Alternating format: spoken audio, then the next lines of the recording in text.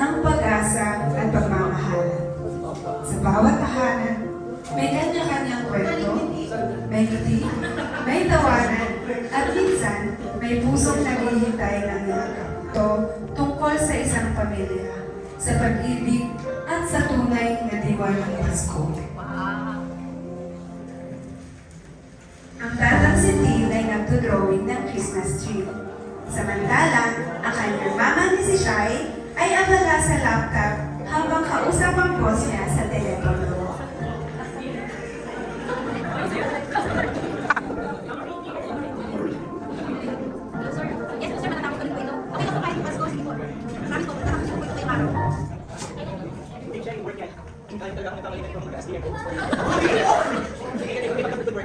Lumapit ang tatang si Tin sa mama niya. Pwede po ba tayo mag-seryoso sa Christmas tree? Anak, sandali lang ha. Busy pa ako eh. May tinatapos ako deadline kasi ito ngayon.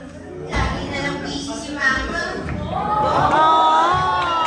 Dumating ang kanyang papa na si Glenn. Nalasing na naman.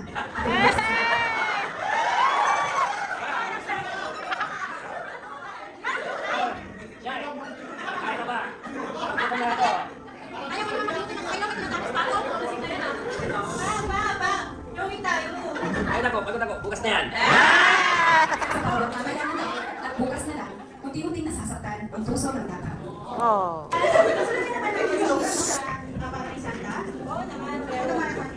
Ang gusto ko lang, makasama ko si Mama, si Papa, nakain kami, tapos masaya, sige lang. Aba, Tin, napakabait mo bata. Alam mo ba, na may mabubuting hiling ay dinidinig ni Santa. Lumalit na ang gabi at si Tin ay natutulog na. Nang biglang lumitaw si Santa. Hindi kailangan ng mamahaling regalo. Basta puno ng pagmamahal. At ikaw din. Nakikita ko, may busina kang puso. Kaya ngayong Pasko, ipapakita ko sa iyong magulang kung anong tunay na regalo. Simulan na natin ang ibagan ng Pasko. Kinakatahan, gising na si Shai at si Glenn at magkasabay sila sa kusina. Nang nakita nila ang drawing at ang sulat ni Tin. Dear Santa, ang gusto ko lang po ngayong Pasko ay huwag na pong trabaho si Mama. Kahit sa araw lang at sana po huwag na pong si Papa.